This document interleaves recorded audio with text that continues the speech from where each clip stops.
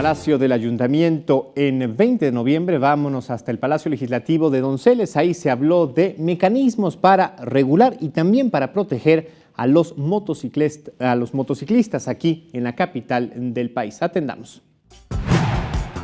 Ante el crecimiento constante del parque vehicular de motocicletas, se vuelve necesario buscar una normatividad que permita la convivencia de los diferentes tipos de transporte en la capital.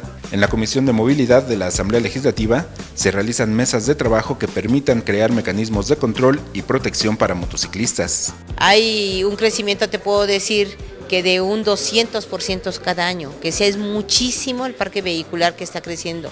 Entonces necesitamos una fiscalía exclusivamente en motocicletas. Estamos regulando, ya tenemos en el marco del reglamento de la ley de movilidad ya la licencia. Vamos a ir ahora por las placas.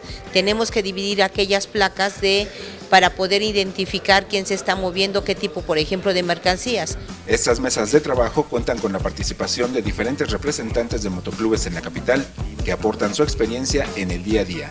Nosotros lo que buscamos obviamente es que las cosas operen de manera adecuada. En nuestro caso tenemos la experiencia en las calles, tenemos la experiencia con la gente, con los clubes, con los independientes y sabemos cómo funcionan. Circulamos diariamente por la ciudad.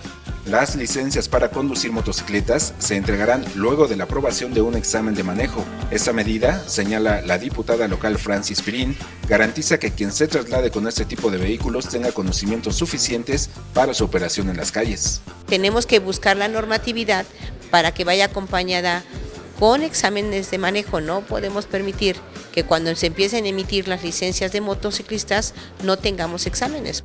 Se espera que la regulación esté lista antes de concluir la actual legislatura, que será en septiembre próximo. Con imágenes de Sergio Villanueva, Alberto Álvarez Santana, 21 Noticias.